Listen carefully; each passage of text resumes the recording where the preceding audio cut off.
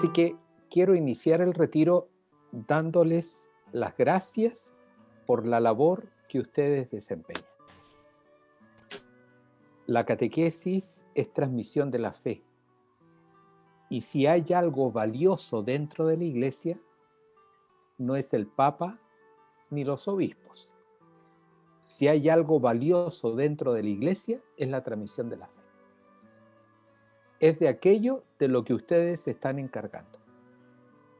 Así que por eso el catequista pertenece a un nervio vital de la Iglesia, que es precisamente la fe transmitida a otros, testimoniada a otros, enseñada a otros.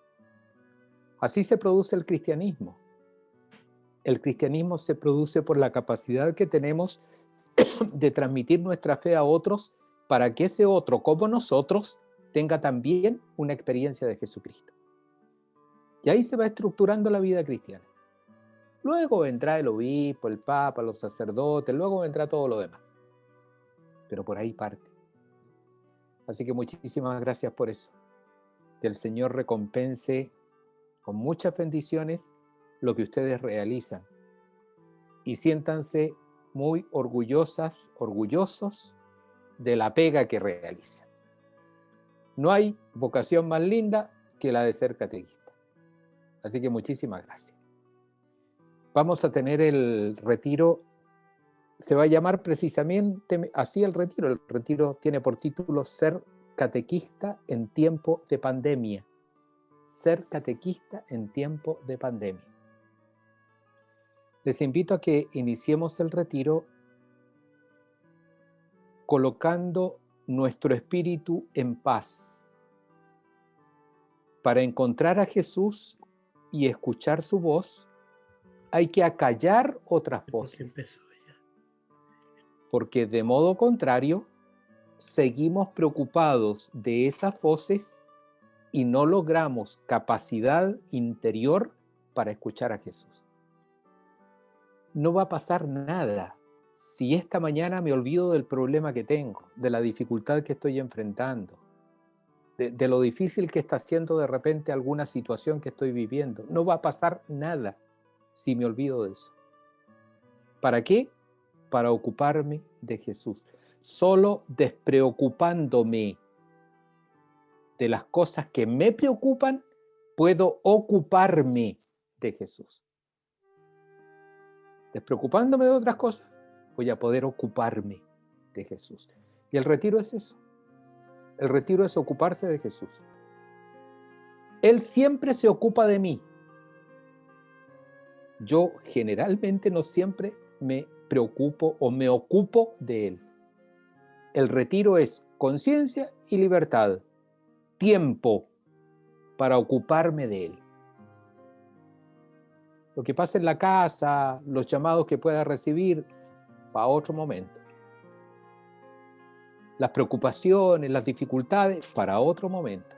Hoy quiero escucharlo a Él. Quiero ocuparme de Él. Les invito a poner en paz el espíritu, el corazón, para que podamos ocuparnos del Señor. Y que esto no sea solo una charla, sino un retiro. Es decir, un momento de oración. Que así está pensado. Está pensado para que pueda ser un intenso momento de oración. Daniel, no puedo compartir pantalla. Enseguida, monseñor. Con Mauricio estamos dándole al tiro del co-hosting.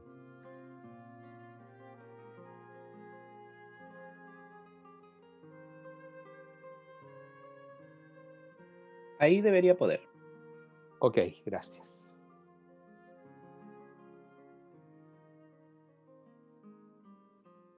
Creo que ahí se ve, ¿no?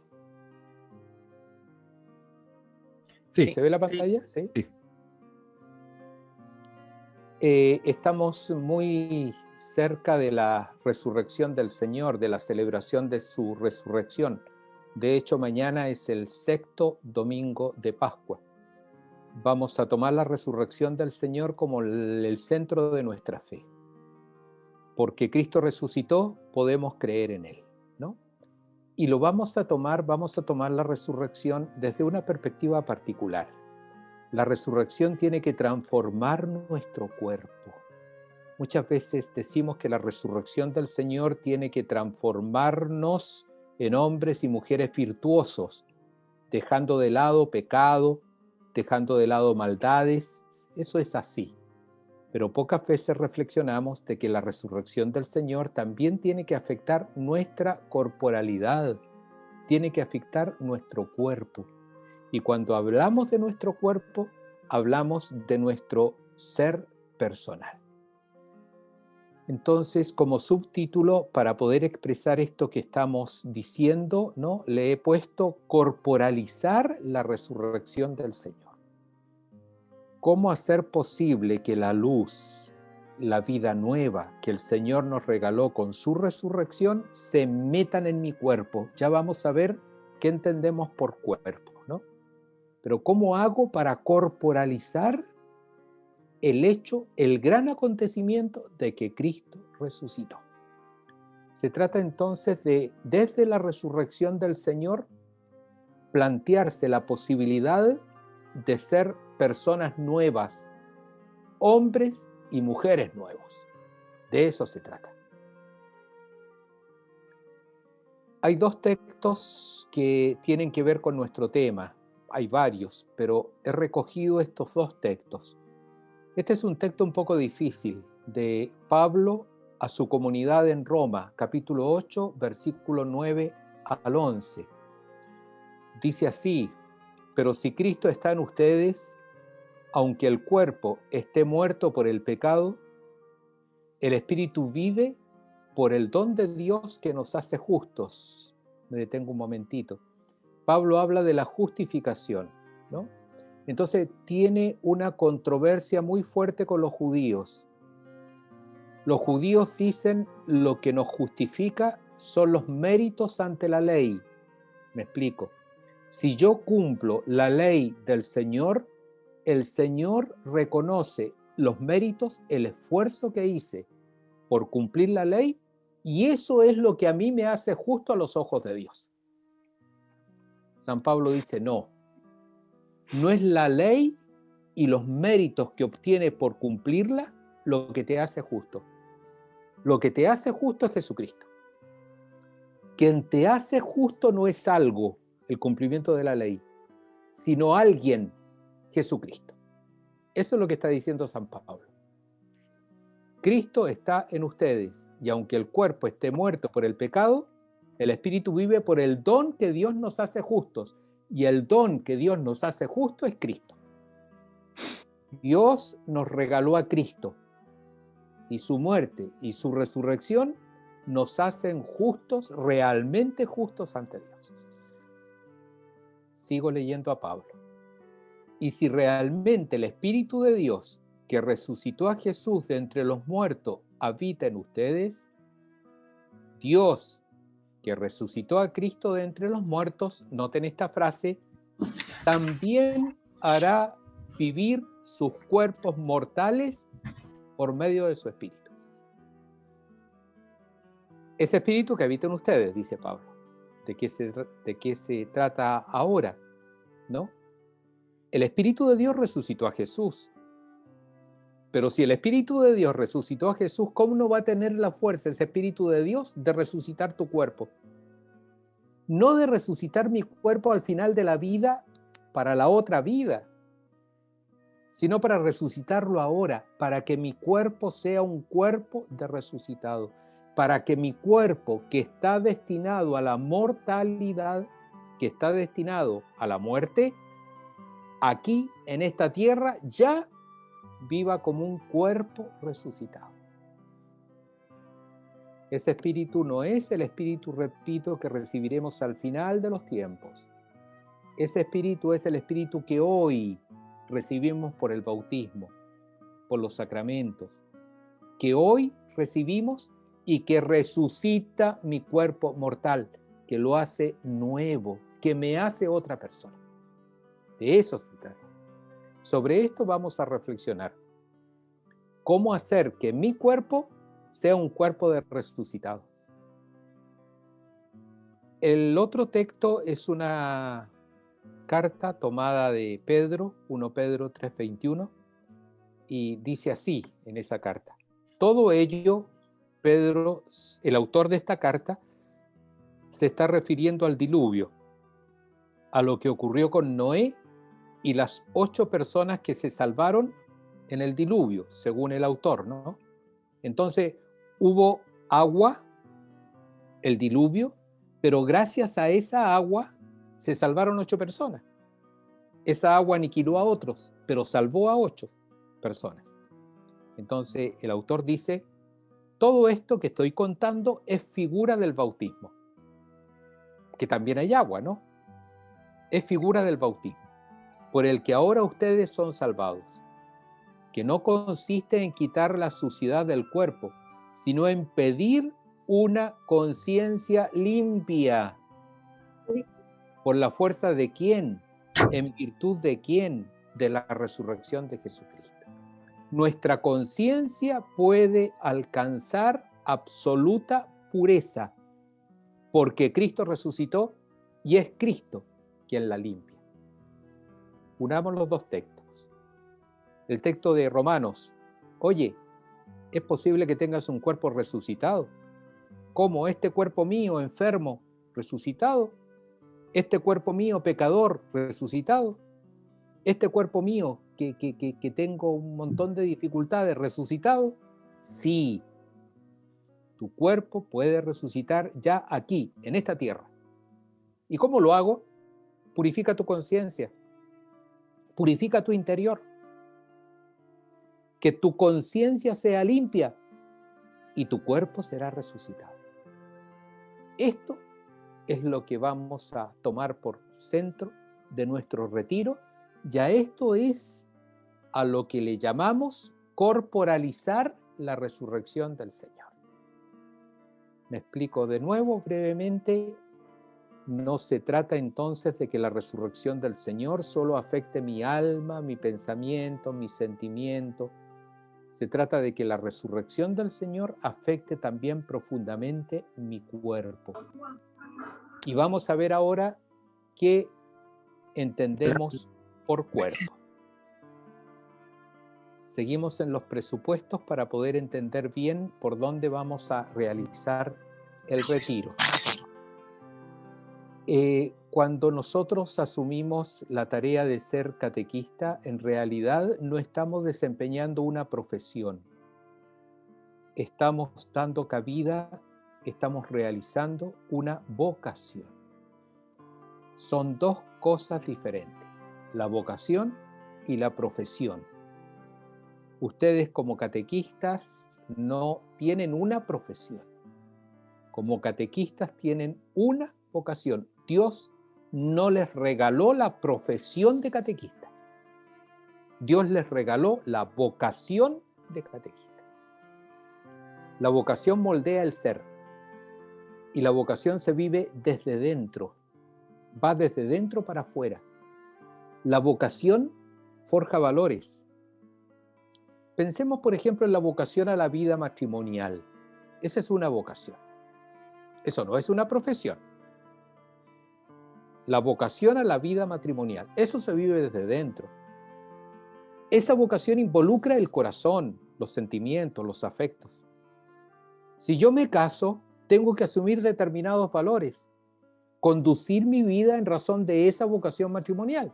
Ya no puedo vivir como soltero, si ahora estoy viviendo otro tipo de vocación. Es decir, la vocación matrimonial está estructurando la existencia. Y eso es lo que tiene que ocurrir con la catequesis. Soy catequista. ¿El hecho de ser catequista está estructurando mi existencia? ¿O solo soy catequista a los 3/4 de hora del día sábado en que junto a 8 chiquillos y le hablo sobre Jesucristo? Solo ahí soy catequista. Y antes y después no. La vocación, repito, estructura la existencia, ¿no? Y aquí hay un ejemplo que yo creo que lo podemos visualizar con claridad. Cuando me caso, asumo vivo una vocación y esa vocación comienza a moldear mi existencia. Yo ya no puedo pensar, decir, sentir, hacer como cuando era soltero. Ahora hay otras realidades que tengo que incorporar a mi vida. La profesión, en cambio, es el oficio que uno desempeña, ¿no? Generalmente es un oficio que uno desempeña para poder subsistir y lo desempeña por tiempo. Yo voy a la oficina del día lunes a viernes, desde las 9 a las 4 de la tarde. ¿Por qué? Porque realizo la profesión de qué sé yo, de arquitecto, o en la empresa realizo la profesión de guardador de una bodega, lo que sea necesario, ¿no? La profesión entonces sí puede afectar la vida, pero no necesariamente la afecta. Yo lo de la profesión puedo dejarlo a un lado, porque la profesión es como algo externo. Estudié para carpintero. Y claro, puedo dejar de trabajar de carpintero y se acabó el cuento y me dedico a vender cosas. No hay ningún problema, ¿no? Pero la vocación no se puede dejar de lado. Es algo que Dios te regaló y que tú llevarás contigo por el tiempo que sea necesario o para siempre. Mientras la vocación involucra la vida, la profesión solo involucra algunas capacidades de la vida. Entonces, el retiro va a consistir en cómo ser catequista en tiempos de pandemia. Vamos a tratar de responder a esta pregunta. La respuesta se la digo desde ahora, ¿no? ¿Cómo ser catequista en tiempos de pandemia? Corporalizando la resurrección del Señor. Esa es la respuesta. Corporalizando la resurrección del Señor. Debido a la pandemia no tenemos contacto presencial. Los niños que aparecen son pocos, en algunas parroquias incluso se han suprimido algunas catequesis, ¿no? Si antes ya eran pocos, ¿no? Ahora, en cuanto a número y en cuanto a presencia, esos niños para catequizar no son los mínimos, ¿no? Yo creo que, no sé si comparten conmigo esta impresión, ¿no? Yo tengo esta impresión de que todo lo eclesial, todo lo que se refiere a la iglesia está en compás de espera, ¿no? Y es una espera peligrosa. Estamos esperando que se abra la iglesia para ir a misa, pero vamos a ver cuánta gente llega. Estamos esperando celebrar los sacramentos y hay chiquillos que quedaron listos para las confirmaciones y bueno, y vamos a ver de los 20 que habían, vamos a ver cuántos llegan de aquí a unos meses que podamos celebrar el sacramento, ¿no? Y todo es así. Misa, sacramentos, catequesis, formación, las mismas comunidades, ¿no? Algunas de las comunidades con que me he reunido, ¿no? Eso testimonian. Nos hemos reunido re poco, porque antes lo hacíamos una vez al mes o cada 15 días y presencialmente, y sin embargo ahora ya vía virtual sale más difícil manejar los medios, etcétera, ¿no? Sin embargo, lo de la acción social es lo que sobresale en muchas parroquias y en muchas diócesis. Pero en relación con los demás, creo yo, y esta es mi impresión, tenemos esta sensación de que estamos en un compás de peligrosa espera. Entonces, debido a la pandemia y debido a esta peligrosa espera en cuestiones eclesiales, en cosas relativas a la iglesia, ¿cómo ser catequista en este contexto? En tiempos de pandemia, ¿cómo catequizo? Como les dije, la respuesta está aquí. Corporalizando la resurrección de Jesucristo. No es la única respuesta. Hay otras muchas posibilidades, pero esta es una posibilidad. Es decir, queremos integrar en nuestra corporalidad lo propio del resucitado, su luz, su verdad y su vida nueva. Eso lo queremos meter en nuestra corporalidad. Pero aquí viene lo importante. Cuando hablamos de corporalidad, ¿de qué estamos hablando? Estamos hablando de un medio práctico y real de existir en el mundo. Gracias a mi cuerpo existo. Estoy en el mundo. Gracias a mi cuerpo otros me ven, me escuchan. Gracias a mi cuerpo yo veo, escucho. Es decir, gracias a mi cuerpo me relaciono y me vinculo con los otros. ¿De qué se trata entonces? Se trata de que la resurrección de Jesucristo afecte principalmente mis modos de relacionarme y vincularme con los otros. Y esto tiene expresiones corporales. Cuando tú le dices a una persona que lo quieres y lo amas o la amas enormemente y se lo dices con una cara de amargado que se te nota pero en los ojos, en la boca, en todo el rostro, no me digáis que lo estáis queriendo. Eso no es así. Si tú le dices a una persona que estás con un gozo enorme porque Cristo resucitó y tu figura externa muestra, presenta, entrega signos de una tristeza infinita, no me digas que Cristo resucitó. No puedes hablar de la resurrección de Cristo con cara de cadáver. Si Cristo resucitó, entonces su luz, su verdad, su vida tienen que afectar sustancialmente mi modo de relacionarme y de vincularme. Primero conmigo mismo, después con Dios, después con los otros. Si Cristo resucitó, mi modo de ser con Dios, conmigo mismo y con los otros, tiene que ser nuevo. Tiene que estar marcado por la luz, la verdad y la vida nueva. Extiendo un poco más los ejemplos. Tú no puedes vincularte con los otros y decir de que tu vinculación responde a la resurrección del Señor si está llena de egoísmo, si hay rencor dentro de ti. No, eso no puede ser, ¿no? Pero esta vinculación tiene también, repito, no es algo interno de carácter sentimental o espiritual solo, es también corporal. Tu cuerpo tiene que transmitir que el otro te interesa, que el otro es alguien importante para ti. Tu cuerpo lo tiene que transmitir.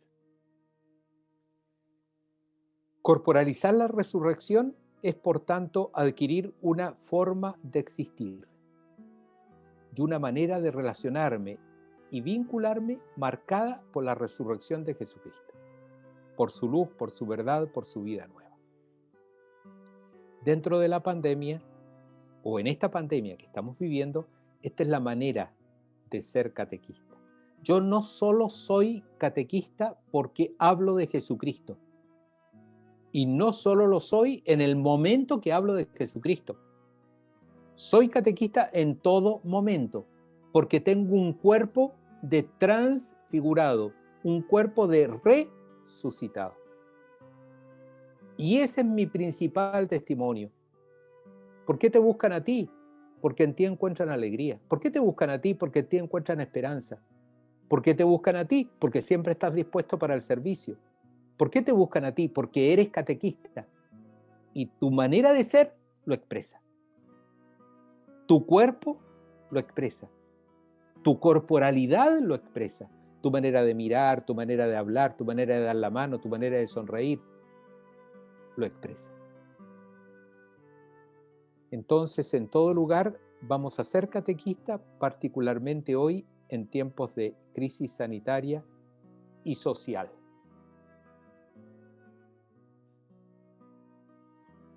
Las crisis no solo hay que soportarlas, hay que vivir las crisis. Y para vivirlas, uno tiene que ponerla, lo vamos a ver ahora, ¿no? Lo digo, después lo explico. Uno tiene que poner la crisis en el corazón, en la mente y en las manos. Poner la crisis en el corazón, en la mente y en las manos, para poder vivirla. Vamos hacia allá. La palabra crisis es una palabra griega, se encuentra en el Nuevo Testamento Nosotros bien sabemos que el Nuevo Testamento está escrito en griego, ¿no? Entonces, cuando uno busca la palabra crisis, se escribe tal cual como está ahí, crisis. Así se dice en griego crisis. Tanto en castellano como en griego se dice igual, ¿no? Pero en griego, la palabra crisis significa dos cosas. Significa dividir para discernir. Y significa, o al revés, discernir para dividir. Y significa juzgar para optar. Crisis significa entonces discernir y optar. Eso es lo que significa crisis, ¿no? En griego. Nosotros de las crisis siempre queremos salir como hombres y mujeres plenos. No es bueno que la crisis nos destruya. No es bueno que la crisis nos deshaga. La crisis no tiene la potencia para eso, no tiene la fuerza para eso. Yo tengo inteligencia, la crisis no tiene inteligencia. Yo tengo corazón, la crisis no tiene corazón. Yo tengo un ámbito familiar, la crisis no tiene familia. ¿Cómo la crisis, la pandemia, el COVID me va a destruir? Por más trágica que sea la crisis y por más tiempo que nos tenga encerrados, el ser humano no puede ser destruido por otras criaturas. Está hecho para dominar las criaturas, porque está hecho a imagen y semejanza de Dios, no así las demás criaturas. Pero esto no es mágico. Esto no resulta solo diciendo yo soy una persona y la crisis no me va a vencer. Te va a vencer igual. Y te va a complicar la existencia igual. Y te va a complicar las relaciones y las vinculaciones te las va a complicar igual. Porque no basta decir eso. No basta decir qué se requiere.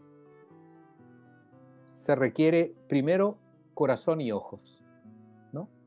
En el mundo bíblico, la persona humana, en el tiempo de Jesús, está definida por 3 pares de miembros, ¿no?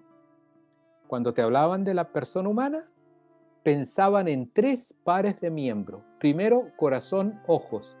El corazón está dentro. Los ojos son transparentes. Entonces, en el corazón es donde se guardan los sentimientos, los afectos, las decisiones. Y todo eso, para el mundo bíblico del tiempo de Jesús, pasa por los ojos, porque son órganos transparentes.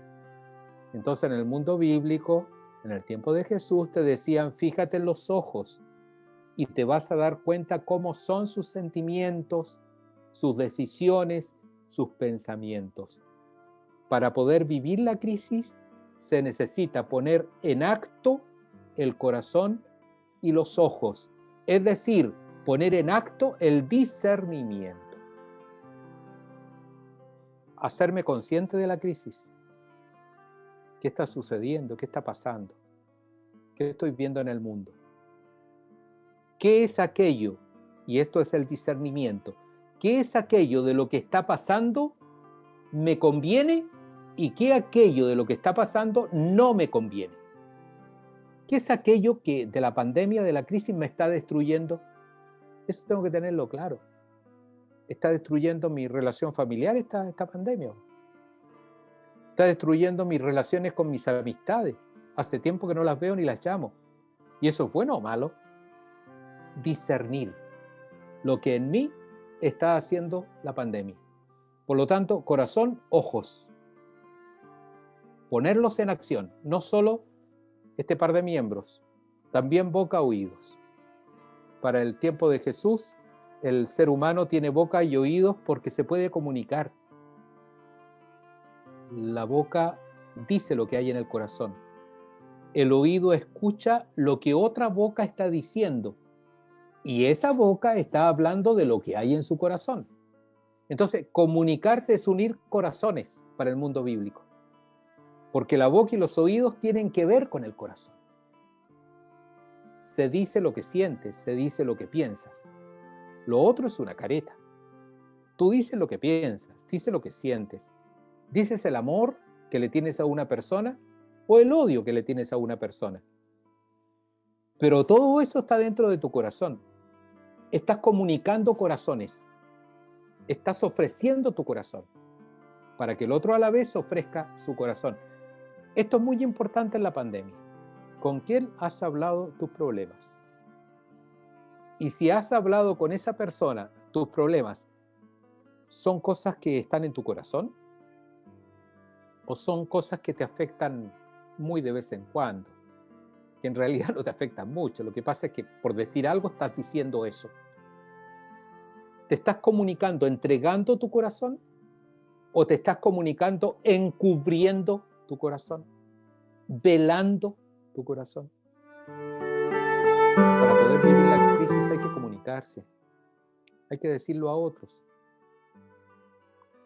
Y luego, manos, pies, ¿no? Seguimos con el ejemplo del judío del siglo I, ¿no? Si yo le pregunto, oye, ¿y qué piensas del ser humano? Mira, el ser humano es corazón, ojos, porque tiene sentimiento, afecto, mundo interior. El corazón humano es boca y oídos, porque se comunica, tiene vinculaciones, escucha, habla, manda, ordena, grita. El corazón humano tiene manos y pies, porque tiene que actuar, tiene que reaccionar, tiene que ir y venir. Por eso el mundo de la acción se simboliza con las manos y con los pies. Se simboliza con eso. Por eso decía, para hacer frente a la crisis y poderla vivir, no basta decir soy persona y se acabó. No, comienza a discernir, que tu corazón y tus ojos trabajen. Comienza a comunicarte, que tu boca y tus oídos trabajen. Comienza a actuar, que tus manos y tus pies trabajen. Ejemplo, discernimiento. La pandemia me ha alejado de muy buenos amigos, de muy buenas amigas. Boca y oídos, me comunicaré con ellos. Voy a hablar con ellos. Voy a ver cómo están. Me voy a hacer cargo de ellos. No solo para contarme cómo estoy yo, es que me interesa mucho saber cómo están ellos. Actuar. Tomo el celular, tomo el teléfono, me arranco a la casa de la vecina, voy a conversar con ella. Es la manera de enfrentar la pandemia. Y este ejemplo, que puede ser muy pueril, muy sencillo, lo podemos aplicar a montones de cosas. Desde cosas muy sencillas como esta a lo mejor, a cosas muy profundas. Cada uno sabrá. Pero si no disciernes, si no te comunicas y si no actúas, la pandemia te ganó la guerra. No solo te ganó la batalla, te ganó la guerra. Nosotros agregamos algo más a la respuesta frente a la pandemia. Agregamos la fe. Además de la conciencia y la libertad de toda persona humana, nosotros, cristianos, nosotros, catequistas, agregamos nuestra fe en el resucitado. Y esto se transforma en un impulso y en una fuerza magnífica para vivir la crisis, no solo para soportarla. Todo esto nos tiene que llevar y nos tiene que meter dentro del corazón, ¿no? Tiene que pasar por los ojos y tiene que alojarse en lo más profundo de nuestro corazón, ¿no? En el mundo bíblico el corazón es un músculo, también para nosotros, ¿no? Pero ellos también lo entendían así, es un músculo que tiene la capacidad de agrandarse y achicarse. Por eso puede alojar muchas cosas. Este músculo, nuestro corazón, tiene que alojar una certeza en todo él, en todo el corazón. No temas. No temas. El temor paraliza. El temor nos deja al margen de las cosas, de las personas. No temas. ¿Por qué no tengo que temer? Mira lo que dice algunos textos, ¿no? Tomados de Lucas. Mira lo que nos dice Jesucristo, Lucas 12, 22, 34. ¿Por qué temes? Tu vida vale más que el alimento. Tu cuerpo vale más que el vestido. Tu cuerpo vale más que la pandemia. Tu vida vale más que el COVID-19. ¿Por qué temes? Ustedes, le dice Jesús a sus discípulos, por lo tanto a nosotros, valen más que las aves del cielo. Y si el ave del cielo tiene comida, tiene lugar donde vivir y tiene vida, ¿por qué temes tú? si tú vales mucho más que un pájaro del cielo? Si no puedes cambiar las cosas pequeñas, ¿por qué te estás preocupando por lo demás? Miren qué sabiduría más elemental, ¿no? Elemental en el sentido de práctica, en el sentido de evidente. Si esta cosa no la puedes cambiar, ¿para qué sigues con lo mismo? Vas a conseguir que esa cosa que no puedes cambiar, que ese acontecimiento que no puedes cambiar, te llene de un temor infinito. No te preocupes, no temas. El reino de los cielos ya es para ti. El reino de los cielos ya es para ti. ¿Quién te podrá quitar el reino? Eso no me tiene que llevar a despreocuparme de las cosas. Entonces no me preocupo de nada. Eso es irresponsabilidad. Me tiene que llevarme a preocupar desde mi condición de persona y de catequista de las cosas. Es decir, desde mi condición de catequista no puedo dar cabida al temor, al pavor, al susto. Construyan riquezas que no se deterioren, que sea un tesoro inagotable, que llegue al cielo, pero ¿dónde está tu verdadero tesoro? Allí está tu corazón. Les invito a que pongamos en práctica el corazón y los ojos en este momento. Los ojos pueden mirar y los ojos, según el mundo bíblico, al mirar van creando sentimientos, van creando decisiones, ¿no? Van creando pensamientos. Y todo eso a través de los ojos, porque uno está mirando, está contemplando, pasa al corazón. Les invito a lo siguiente. Contempla esta imagen. Coloca en paz tu corazón, que no exista otra inquietud, que no exista otra preocupación, sino solo la ocupación de contemplar esta imagen. Mujeres, la Virgen María adelante de otros grupos de mujeres, la Madre de Jesús, ya han sepultado a Jesucristo. Aún no saben que Cristo está resucitado.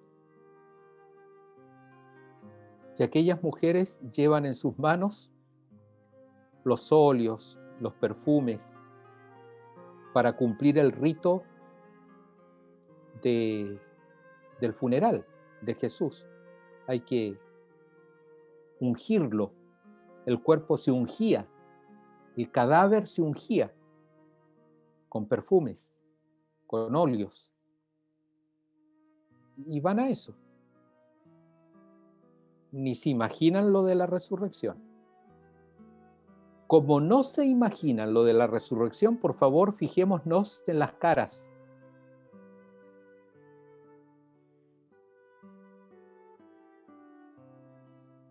Van preocupadas, seguramente el dolor, el llanto ha sido mucho por el ser querido que lo han matado en la cruz, por el amigo que ha muerto en la cruz. Y fruto de ese cariño arriesgan su honor, su fama, porque claro, se están metiendo con un cadáver, con un hombre muerto en la cruz, y los que morían en la cruz eran los asesinos, eran los delincuentes más grandes de Israel. Roma mataba así a los que asesinaban a otros, a los que provocaban revoluciones. Meterme con él no me hace bien. Adquiero su fama, pero allá van, no tienen ningún inconveniente. Fijémonos en esta otra foto. Es un cuadro, una pintura. Es un texto de Juan. El discípulo que Jesús amaba y Pedro fueron corriendo al sepulcro. Una vez que María Magdalena les avisa que Cristo ha resucitado. Fijémonos, por favor, en dos cosas, simplemente. En el rostro de estos dos hombres, el más joven es el discípulo que Jesús amaba, Juan. El otro es Pedro. Fijémonos en el rostro de estos dos hombres.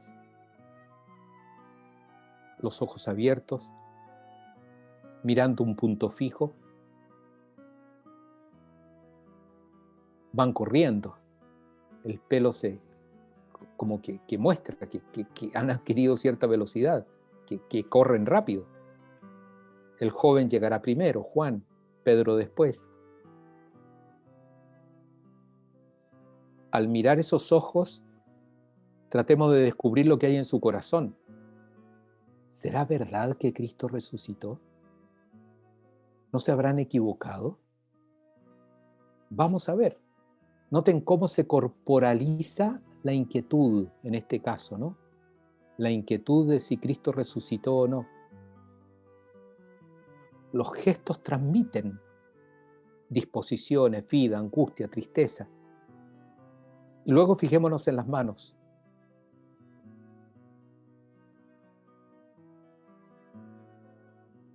Son la de Pedro, manos de pescadores, la de Juan, manos de pescadores. Dos posiciones diversas. Pedro como tocando el corazón. Señor, que ojalá así sea. Juan como en actitud de oración, ¿no? Dios quiera que así sea, que haya resucitado. Tanto mujeres como varones, a la noticia de la resurrección, corporalizan sus sentimientos. Muestran en su cuerpo lo que efectivamente están sintiendo. Es decir, ponen en juego pies, ojos, manos, brazos, rostro, corazón. Y aquí hay una listita en varios textos, son todos textos de resurrección, ¿no? En varios textos de resurrección, una listita de lo que ocurre con lo físico, ¿no? Hay rostros afligidos en Juan 24:17, ¿no? Ojos cerrados, abiertos. En los de Maús, oye, ardió el corazón. Para decir que quedaron entusiasmados con Jesucristo, ardió el corazón. Pero esto, por favor, no lo pensemos en ello, pensémoslo en nosotros. Estamos haciendo un retiro, tenemos que aplicarlo a nuestra vida. Nosotros vivimos hace 5 semanas la resurrección del Señor y ardió mi corazón. A lo mejor todavía está más apagado y más frío que no sé qué. Ardió mi corazón. El rostro mío expresa que Cristo resucitó. ¿Sigo con los ojos cerrados? ¿O Cristo se transformó en luz que me abrió los ojos? Me explico. Me permitió entender una situación. Me permitió aceptar a alguna persona. Me permitió hacer un proceso de perdón. Abrió mis ojos. Me entregó luz. Y así sigue la lista. Tóquenme y vean. Corrieron a dar el anuncio. Se abrazaron a sus pies. Se postraron. Corrían juntos. Juan llegó primero. Esa es la foto de la pintura de aquí, ¿no? Entró, vio y creyó. Lo mismo, Juan. Se quedó afuera llorando, María Magdalena. Vengan a comer, les dice Jesús. Corporalizar la resurrección. Vamos a hacer el siguiente camino, solo la primera y segunda meditación. Jesús resucitó. Mi encuentro con Él, con el resucitado, es primero, si quiero corporalizar la resurrección, si quiero meter la resurrección en lo íntimo de mi ser, de mi corporalidad, lo primero que tengo que hacer es nombrarme, es encontrarme. Vamos a trabajar con los pronombres personales. Yo, tú, nosotros, ustedes. Con los pronombres personales. Vamos a comenzar con la primera persona del singular. Yo. ¿Cómo quieres ser catequista para otros y ayudar a otros si tú no te has encontrado? Si tú no sabes quién eres. Si tú no te has aceptado. ¿Cómo puedes a otro ayudarle a que acepte a Jesucristo si tú ni siquiera te aceptas a ti mismo? que hay elementos de la vida que no entran nomás, lo olvidaste. Claro, son recursos psicológicos para no sufrir, pero al final te pasan la cuenta, porque fuiste incapaz de asumirlo, de concientizarlo. La fe no se corporalizó, no llegó a tu cuerpo, a lo más íntimo de ti, no se corporalizó. Lo segundo, el tú. Vamos a ver el tú, ¿no? El yo siempre necesita de un tú. Si es un yo sincero, necesita de un tú. Porque ¿saben por qué existe el yo? Porque existe el tú, pues. Porque está el otro, yo sé quién soy. Si no, pienso que todo termina y se acaba conmigo. Y eso es lo que nos puede pasar a muchos. Hacer de los otros una extensión de mi yo. Y termino forjando al otro como yo quiero. ¿Y por qué tengo que hacer esto? Porque yo lo quiero. Porque yo te lo mandé. Porque yo pienso así. Porque yo creo que esto es lo justo. Ah, y yo no pienso que esto es lo justo. No, tú tienes que obedecerme. A veces nuestras relaciones, nuestras vinculaciones son simplemente extensiones de nuestro yo. Incapaces de hacer del otro un tú. Y vamos a tratar de descubrir cómo hacer del otro un tú. Y así seguimos con los otros aspectos, pero estos los dejamos de lado. No tenemos el tiempo, ¿no? Vamos a dejar de lado el nosotros y vamos a dejar de lado el ustedes, ¿no?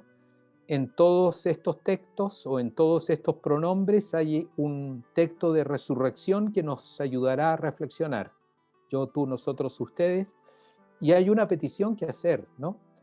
Para el yo tenemos que a Dios pedirle la gracia del conocimiento. Señor, dame la gracia de conocer. Y dame la fortaleza de conocer. Si no, no voy a poder. Para el tú, la gracia de la comunión. Ayúdame a salir de mí, a respetar al otro, y que el otro para mí se transforme en un tú, y no un alguien que no me importa, y no solo una extensión de mi yo. Señor, para nosotros, para construir el nosotros, dame la gracia de la fraternidad. Así nos podemos reunirnos. Y para poderlos reunirlos y servirlos, dame la gracia de la solidaridad. Partimos con lo primero, nombrarme, encontrarme. Este es un texto de Juan 20, 11, 18. Este es un texto, les decía, de Juan 20, un texto de resurrección. Fíjense cómo María corporaliza la noticia, y ella fue testigo, ¿no? María Magdalena corporaliza la noticia de que Cristo murió. ¿Por qué lo digo? Versículo 11. Se quedó afuera llorando junto al sepulcro. Versículo 11. Mientras lloraba, se asomó al sepulcro. Versículo 13. Ellos le preguntaron, mujer, ¿por qué lloras? Versículo 15. Jesús le preguntó, mujer, ¿por qué lloras? ¿A quién buscas? Noten cómo se corporaliza el amor por Jesús. Me quitaron a mi amigo, me mataron al maestro, me quitaron a mi Señor. ¿Qué hago? Llorar. Pero esto también nos tiene que llevar a lo otro. Cuando lo descubra resucitado, ¿qué voy a hacer? Llorar de alegría a lo mejor, pero voy a corporalizar lo que me está pasando. Se va a notar en mi cuerpo aquello que estoy creyendo. Ahora estoy pensando que lo mataron y ahí se quedó, muerto, lloro. Después lo voy a ver resucitado. Tendré transformación en mi cuerpo. La fe que se encarna transforma el ser, transforma el cuerpo. Versículo 16, nos quedamos con ese versículo, o antes, versículo 15. Jesús le preguntó, mujer, ¿por qué lloras? ¿A quién buscas? Ella, fíjense lo que responde María Magdalena. Ella dice, pensando que Jesús era el jardinero, Señor, si tú te lo llevaste, dime dónde lo han puesto. Uno dice, qué torpe María Magdalena, ¿Cómo confundirlo con el jardinero? Fíjense que Jesús realmente es el jardinero. Porque ¿dónde resucita Jesús según San Juan? Según el cuarto evangelio, ¿dónde resucita Jesús? En un huerto. En el huerto donde lo sepultan, en ese huerto Jesús resucita. Y en un huerto, ¿qué se necesita? Jardineros, pues. ¿Quién es Jesús entonces? ¿Acaso Jesús no es el jardinero de tus virtudes? ¿Acaso Jesús no es el jardinero de tu fe, de tu esperanza y de tu amor? Si no dejas que el jardinero se meta en tu vida, a regar, a poner abono, a cuidar tus plantas, es decir, tus virtudes, ¿no se te van a morir pronto? Si el jardinero no alimenta tu esperanza en este tiempo de pandemia, ¿cómo la vas a enfrentar? Si Cristo es el jardinero, este es un título de Jesús. Tú eres mi jardinero. Yo quiero ser como la parábola de la semilla, tierra buena, para que lo que tú siembres en mí dé fruto. Es un jardinero bien especial, que se preocupa por mí, no se preocupa, no, igual para todos. En mí va a sembrar una virtud que yo requiero y en el otro, o en mi familia, o en otra gente, va a sembrar otras virtudes que ellos requieren. Es un jardinero sabio, es un jardinero poderoso, tiene poder, pero sobre todo es un jardinero que tiene vida nueva. De lo feo puede hacer vida nueva, de lo malo puede hacer vida nueva, pero déjate jardinerear, porque si no el jardinero no hará nada contigo. Versículo 16, Jesús le responde, María. Ella se volvió y le contestó en hebreo, Rabunni. Rabunni significa en hebreo mi maestro. Rabunni. Ahí está, que quiere decir mi maestro. Ella se volvió y le contestó en hebreo, Rabunni, que quiere decir mi maestro. ¿Por qué para hablar del yo, del pronombre yo, para hablar de nosotros mismos, no escogí este texto? Porque la única manera de conocerse es nombrarse. Es nombrarse. Fíjense cómo Jesús nombra a María. María, le dice, ¿no? Antes no le dijo así, versículo 15. Jesús le preguntó, mujer, ¿por qué llora? Mujer, ¿por qué llora? Ahora, versículo 16, la identifica, la nombra. Es decir, sale al encuentro de alguien que tiene sentimientos, lo vamos a decir como lo decíamos antes, que tiene corazón, ojos, es decir, tiene sentimientos, acciones, que tiene boca y oídos, puede comunicarse. Sale al encuentro de alguien que tiene manos y pies, es decir, acciones y reacciones. Jesús sale al encuentro de una persona para entrar en vinculación con esa persona. María. Ella se vuelve y le contesta, Rabuni, mi maestro. Vincularse con Jesús es nombrarse. Si mi amistad es sincera con Jesús, cuando yo digo Jesús, realmente sé lo que estoy diciendo. Si no, es uno más del montón. Empleamos el término Jesús porque así lo hemos aprendido, pero lo estamos empleando en este contexto de intimidad, de encuentro verdadero, de entrega del ser al otro. ¿Lo estamos haciendo? Y para que esto sea así, para que efectivamente yo pueda nombrar a Jesús, primero tengo que nombrarme a mí mismo. Es decir, tengo que conocerme a mí mismo. Cuando uno se entrega, tiene que entregarse con libertad y conciencia. El amor es eso, entrega al otro, pero tiene el requerimiento fundamental de que esa entrega tiene que ser con conciencia y con libertad. O si no, no es amor pleno, no es amor auténtico. Puede incluso ser amor mentiroso. Y de esto se trata entonces. Se trata de poder nombrarme para nombrar al otro. Poder nombrarme, conocerme a mí mismo, para vincularme con otros. Demos un pasito más.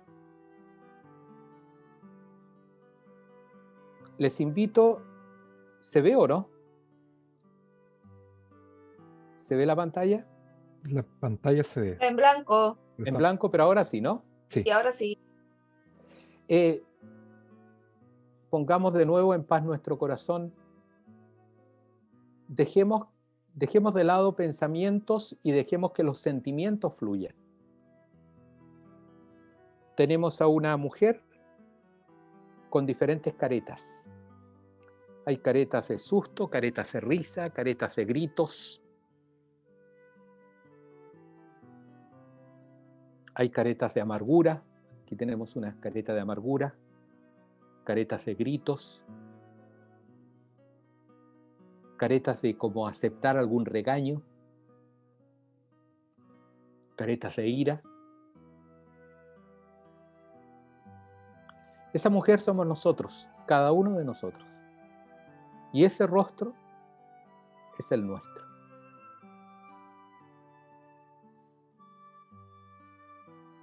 Tengo que ser valiente para reconocer cuántas veces ante los demás uso caretas y no soy yo mismo.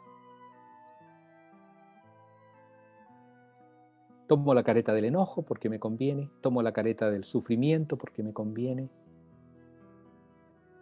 tomo la careta de la mentira.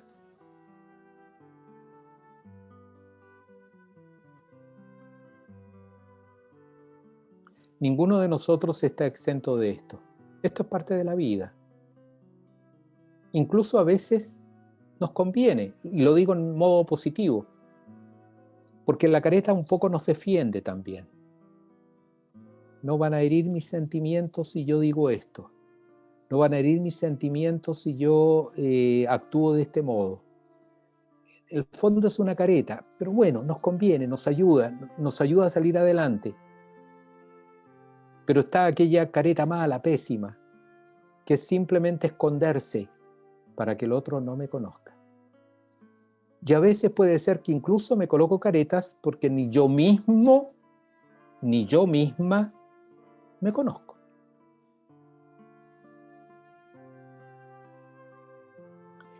¿No será bonito tener un color entre otros colores? ¿No será bonito tener una personalidad definida, una corporalidad definida entre otros colores?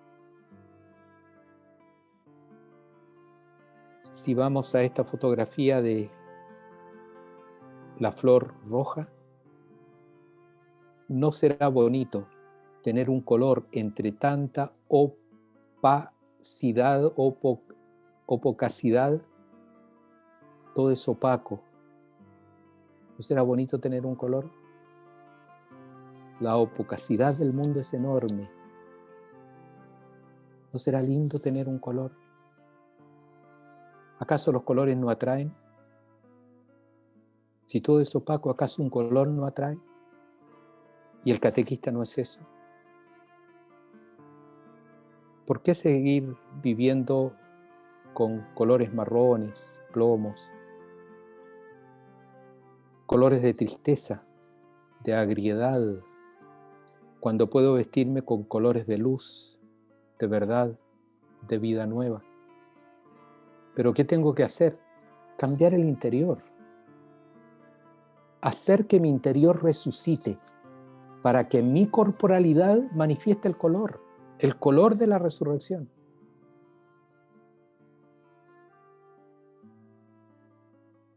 Mi nombre me identifica, ese soy yo. No quiero ser una careta. Estoy llamado a marcar diferencia. Lo distinto siempre se complementa, eso es lo lindo. Lo distinto se complementa. El matrimonio es siempre la unión de dos personas distintas. Y basta que uno trate de hacer al otro como yo soy para que se acabe el complemento. Y al acabarse el complemento, te aseguro que se acabará el matrimonio. He sido creado de un modo original por Dios. No soy un número de una serie. Cristo murió y resucitó por mí. Soy una persona redimida. Bien, al final llegamos a responder la pregunta, ¿no? ¿Cómo ser yo? ¿Cómo ser yo? Es decir, ¿cómo meter las características de la resurrección del Señor, principalmente luz, verdad y vida, en mi ser, en mi cuerpo, en mi corporalidad? ¿Cómo hacerlo?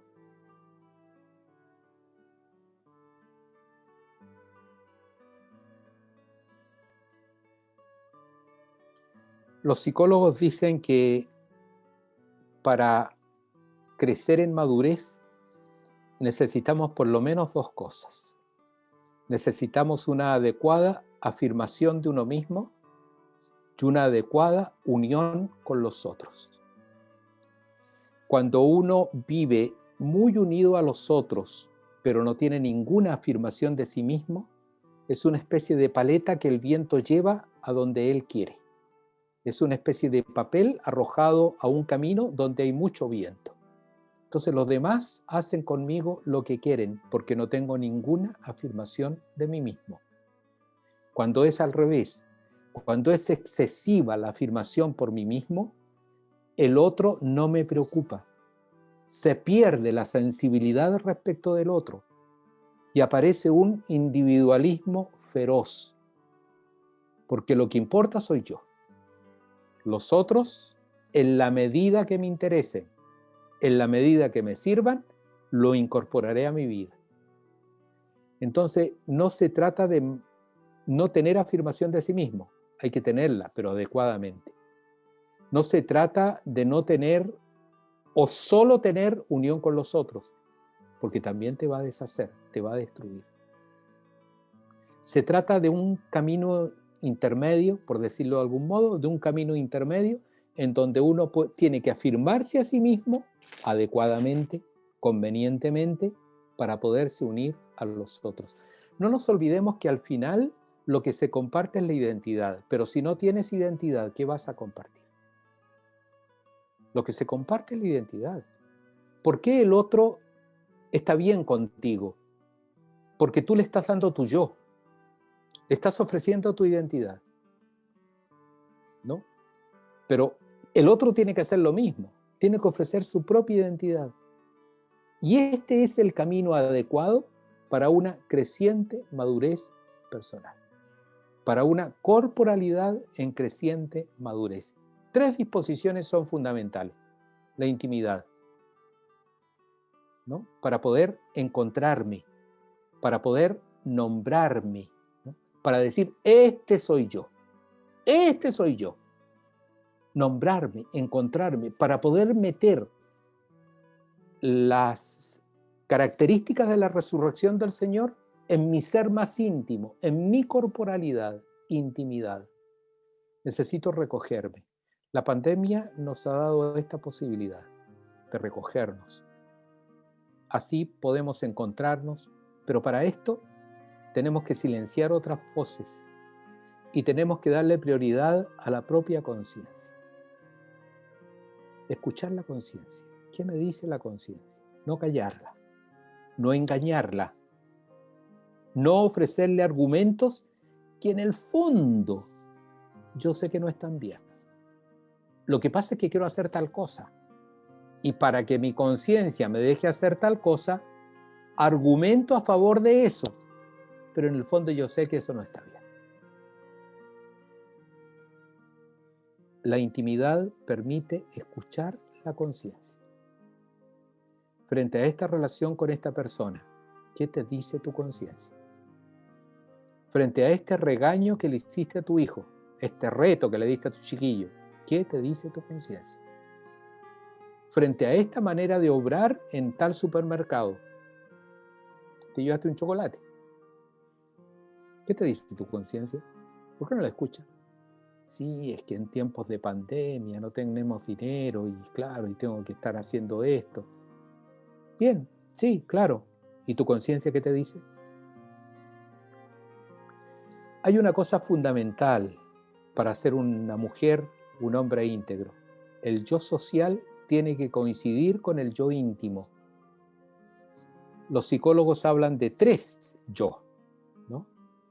El yo social, que es el yo que los otros perciben, que es la manera de manifestarme ante los otros. El yo íntimo, que es lo que realmente soy, lo que realmente estoy pensando, lo que realmente hay en mi corazón. Y no lo quise poner aquí para no complicar tanto la cosa, pero los psicólogos también distinguen lo que llaman el hecho, y que es aquella parte del subconsciente que también nos pertenece y nos forja como ser individual. Pero eso lo dejamos de lado. Lo que importa en este minuto es que a veces el yo social es una cosa y el yo íntimo es otra. A veces el yo íntimo es envidia. El yo íntimo es rencor.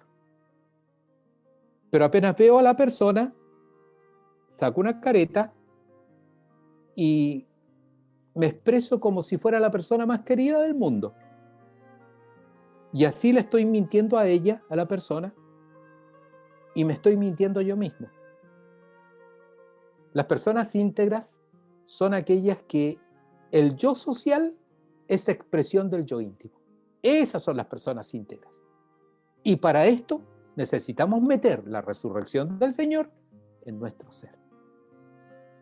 Tenemos que tener mucho cuidado con las caretas y vivir de nuestro centro personal, ¿no? No vivir del afecto. El afecto es parte de mí, pero no soy yo. La ira no es parte de mí, pero no soy yo. El sentimentalismo no es parte de mí, pero soy yo. Entonces, ojo con estar viviendo desde el sentimentalismo, desde las emociones, desde los argumentos. Oye, encuéntrate tú mismo, tu ser más íntimo que piensa, tu ser más íntimo que siente. Y vive desde allí. Es decir, que tu persona, realmente tu persona, se exprese en lo que dices, en lo que hablas, en el modo como te vinculas a los demás.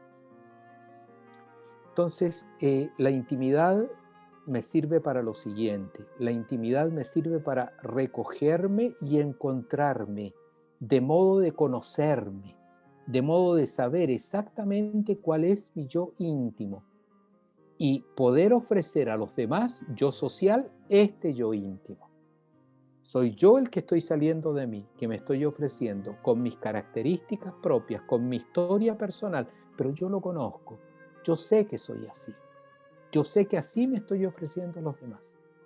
Qué importante es esto para poder construir, para hacer del otro un tú. Para hacer del otro un tú. Y no solo alguien más del montón. Y no solo extensión de mi yo. ¿No? Qué importante es esto. Entregarse uno, entregar lo que realmente uno es. Pero hay que conocerse para eso. La segunda característica es quererme.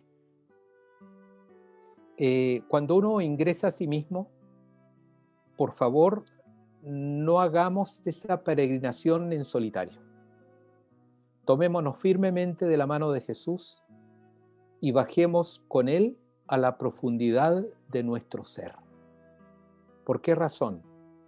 Porque si bajo solo a la profundidad de mi ser, si bajo solo a mi historia personal, si bajo solo a aquellas acciones que me avergüenzan, a aquellos momentos que me llenan de miedo, de dolor, a aquellas relaciones que perdí, si bajo solo a eso, me voy a llenar de nuevo de ira, me voy a llenar de nuevo de soberbia, de vanidad quizás.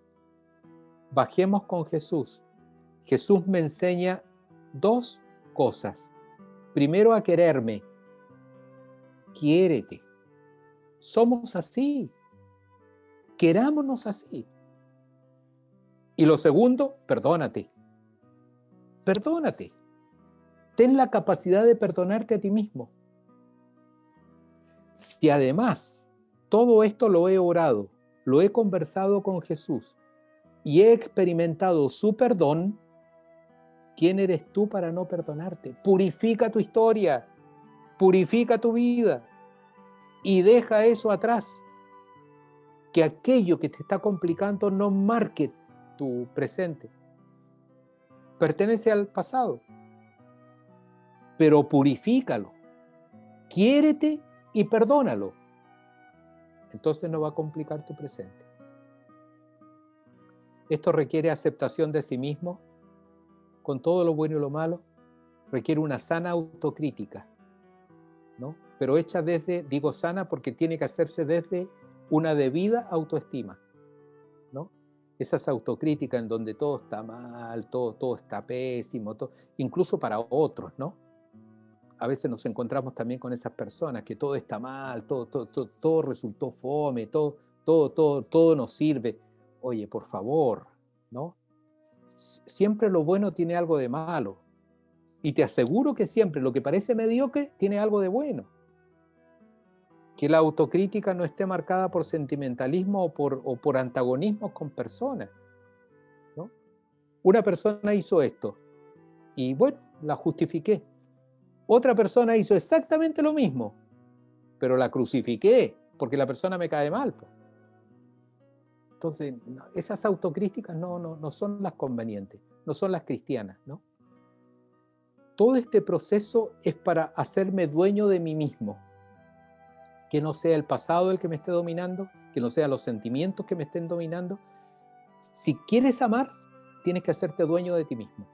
Amar es darte y dar tu yo íntimo. Eso es amar. Dar tu yo, dar lo que tú eres. Pero si no te autolideras, ¿cómo vas a amar? Si es el sentimiento, el afecto, el miedo, el terror, la vanidad, el orgullo, la soberbia, lo que te está dominando, eso vas a sacar fuera y al final terminas dando eso. Y eso no es amar. Para poder quererse, perdonarse, se necesita una buena cuota de humor. Solo los seres humanos tenemos capacidad de reírnos de nosotros mismos. Aprovechemos eso, ¿no? Riámonos también de nosotros mismos. Y al final las cuestiones no son tan malas o tan buenas como parecen. Solo Dios es el bueno, no hay otro. A reírse de uno mismo. Y por último, sanarme. Sanar mi historia personal. Aquí ingreso, me explico en relación a tres imágenes, ¿no? O presento, mejor dicho, tres imágenes que son fundamentales para sanarme. Las personas que saben de esto, los psicólogos, hablan de tres imágenes fundamentales en la vida del ser humano. La imagen paterna, que proviene del padre o del que hace las veces de padre. La imagen materna, que proviene de la madre o de quien hace las veces de madre, y la fraterna, que proviene de los hermanos o de aquellos amigos, compañeros, primos que hacen las veces de hermano. La imagen paterna tiene que ver con la autoridad, tiene que ver con la capacidad de lucha, tiene que ver con la capacidad de enfrentar las situaciones. La imagen paterna te da la idea de un ser en salida. La imagen materna te da la idea de un ser recogido, porque la imagen materna tiene que ver con el sentimiento, con el afecto, con la seguridad, con el nido, donde tú te refugias para poder mantener la vida y para poder protegerte de los peligros. La imagen materna. Mientras la imagen paterna te muestra cómo tienes que salir a... Voy a emplear una palabra que no es la conveniente, pero bueno, tienes que salir a enfrentar a los demás, ¿no? O tienes que salir a convivir con los demás. La imagen materna te da la idea de cómo tienes que protegerte, que quererte, que guardarte, ¿no? En cambio, la imagen fraterna es la imagen horizontal. ¿Cómo tengo que tratar a otros que son iguales que yo? ¿Cómo tengo que tratarlos? ¿No? Bien, estas tres imágenes son fundamentales para corporalizar la fe, porque a veces yo no puedo vivir las disposiciones de Cristo resucitado porque son pésimas mis imágenes, porque no tengo una imagen paterna adecuada. Tuve un padre borracho que le pegaba a mi mamá y que a nosotros nos trataba re mal. Y de repente yo me digo, oye, ¿por qué me enojo tanto con mis chiquillos? Porque estáis repitiendo la imagen paterna, ¿no? La imagen materna lo mismo, puede tener algunas deficiencias que tienen que ver, por ejemplo, con el cariño, con el afecto. Mi mamá nunca me hizo cariño. Y de repente yo me descubro que respecto de los hijos o respecto de otras personas, soy poco afectivo, poco cariñoso. ¿Y de dónde vendrá esto? ¿Por qué seré así? No te educaron para esto nomás. La imagen fraterna, ¿no? Nunca me llevé bien con mis hermanos, o fue hijo único. Y todo lo que quería, lo tenía. ¿Y cómo voy a ir por el mundo entonces? Haciendo eso, pues. Haciendo lo mismo. Tratando de tener todo lo que quiero. El otro no es que me importe mucho, es que nunca tuve una experiencia de tener un hermano con quien compartir a nivel horizontal, con quien solidarizar, con quien reírme, con quien construir la vida juntos. ¿Cómo voy a construir la vida junto con otros si siempre me dieron lo que quería? Y nunca tuve la posibilidad o la oportunidad de construir algo con otros. Estas imágenes tenemos que revisarlas. Y tenemos que ver qué tipo de papá tuve, qué tipo de mamá tuve, qué tipo de hermanos tuve. Y si estas características, lo que ellos me ofrecieron, me entregaron, me transmitieron, no las estoy yo repitiendo. Bendito sea Dios si son cosas positivas.